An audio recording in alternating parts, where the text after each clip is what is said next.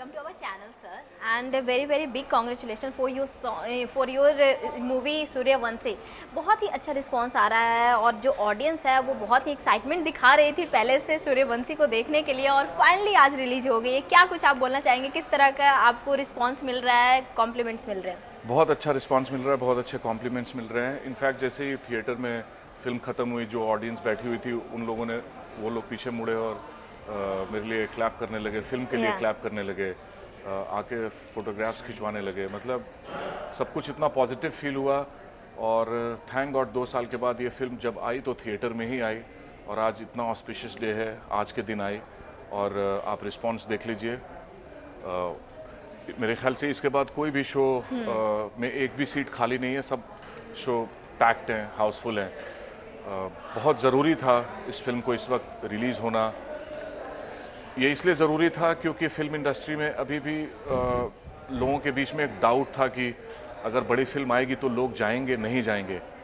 Thankfully Suryavanshi के आने के चलते जो लोग अभी तक ड्राइंग रूम में बैठ के फिल्म्स देख रहे थे वो सब अपने घर से बाहर निकल के आकर ये फिल्म देखने लगे और इस बात की मुझे बहुत खुशी है. मैं काफ़ी फॉर्चुनेट फील कर रहा हूँ खुद को. ओके, आपका जिस तरह से इसमें कैरेक्टर है उसको लेकर क्या कुछ बताना चाहेंगे? कितना चैलेंजिंग रहा या फिर किस तरह से आपने इसकी तैयारी की थी?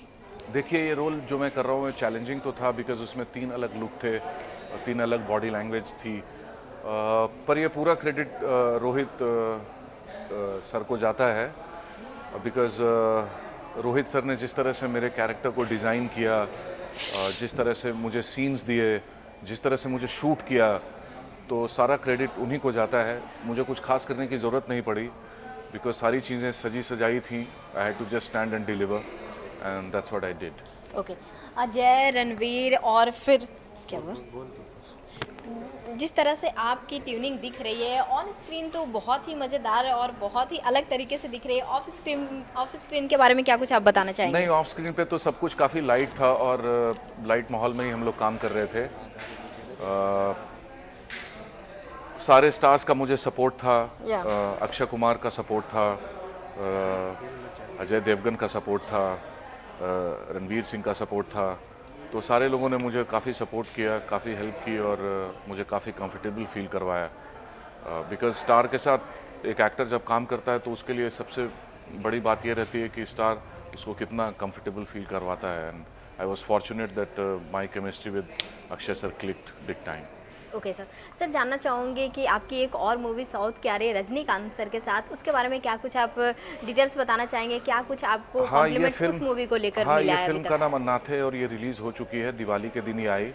और ये पहला मौका था मेरा जब मैंने रजनीकांत सर के साथ काम किया और काफ़ी अच्छा महसूस किया मैंने.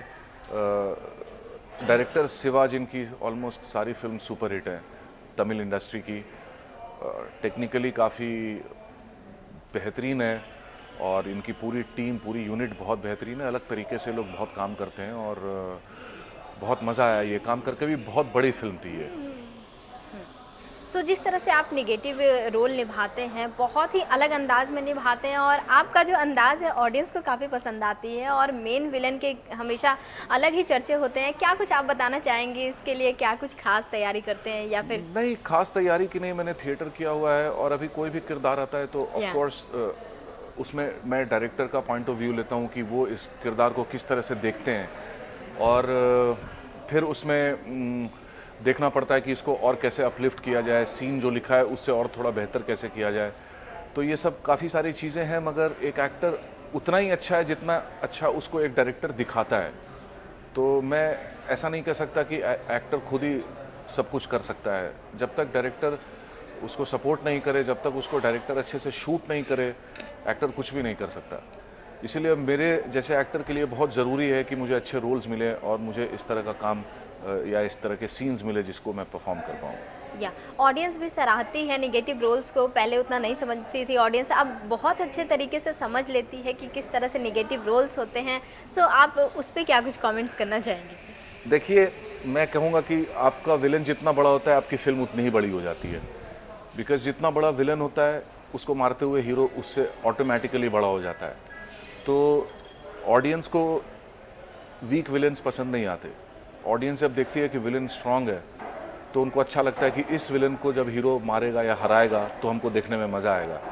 तो मेरा ये मानना है कि एक फिल्म को सक्सेसफुल होने के लिए बहुत ज़रूरी है कि उसका विलन बहुत स्ट्रॉन्ग हो।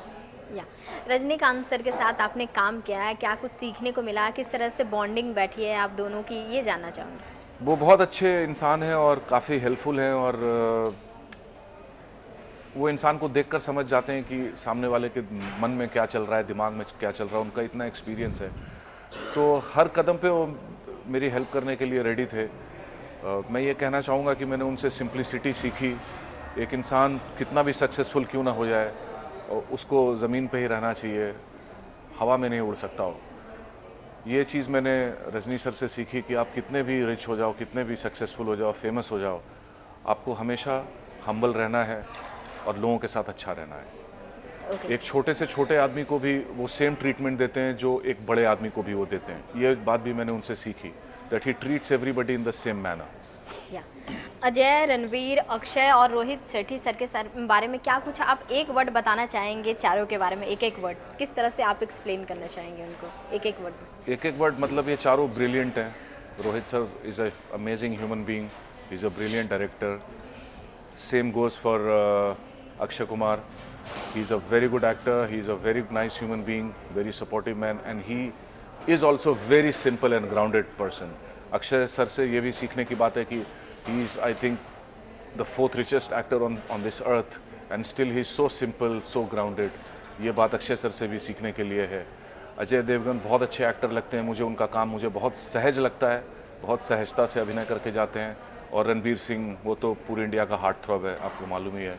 वो जो भी करता है लोगों को मज़ा ही आता है।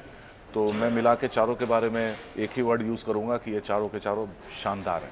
ओके, सो ऑडियंस का ये भी बोलना था, जिस तरह से मैंने आज पब्लिक रिव्यू लिया, उनका ये भी बोलना था कि इसका नेक्स्ट पार्ट भी आने वाला है, तो नेक्स्ट पार्ट के बारे में क्या कुछ आप बोलना चाहेंगे? नहीं, नेक्स्ट पार्ट के बारे में कुछ भी बोलना नहीं चाहूँगा, मुझे कोई आइडिया नहीं नेक्स्ट पार्ट के बारे में। तो फिलहाल तो मैं अभी इसी से उबर नहीं पा रहा हूँ, अभी लोग इसको देखेंगे। नेक्स्ट पार्ट तो कब बनेगी, क्या बनेगी, वो तो रोहित सर को ही मालूम है। ओके, अपकमिंग प्रोजेक्ट्स आपके क्या कुछ आ रहे हैं, क्या कुछ अभी शेयर करना बच्चन चाहेंगे पांडे आप? कर रहा हूँ, साजिद नाडियाडवाला की फिल्म अक्षय कुमार के साथ ही, और वेब सीरीज़ कर रहा हूँ नीरज पांडे की Bihar diaries, based on a true story, Netflix का शो है। और नीरज पाठक के लिए कर रहा हूँ एक और वेब सीरीज़, इंस्पेक्टर अविनाश। ऐसे कुछ कुछ प्रोजेक्ट्स हैं, एक दो और बड़े प्रोजेक्ट्स हैं फिल्मों के, लेकिन मैं उनका नाम अभी बताना नहीं चाहूँगा। थोड़ा अनाउंसमेंट हो जाए तो पता चल जाएगा। किस तरह की भूमिका निभा रहे हैं इन फिल्मों में, इन वेब सीरीज में? सब फिल्मों में अलग अलग किरदार है, कहीं पे पॉजिटिव है, कहीं पे नेगेटिव है, कहीं पे कॉमिक है, कॉमिकल है, कहीं पे ग्रे है।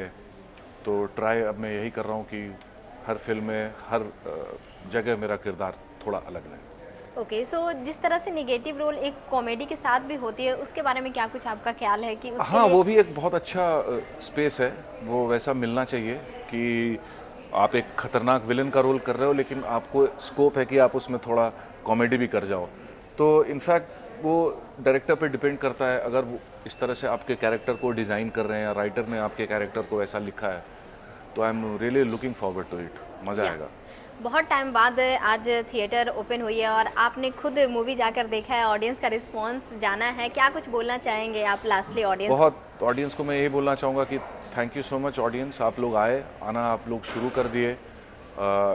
इसके पहले तमाम जगहों पे ऑडियंस देखी जा रही है, शॉपिंग में, मार्केटिंग में, हर जगह पे भीड़ भाड़ है। सिर्फ थिएटर को ही इन लोगों ने थोड़ा साइडलाइन किया हुआ था, पर थैंक गॉड थिएटर खुलते ही ये लोग आने लगे और फिर से वापस से वो थिएटर के दिन लौट आए, ऐसा महसूस हो रहा है। पॉपकॉर्न की खुशबू आ रही है। Thank you so much, nice talk, thank you.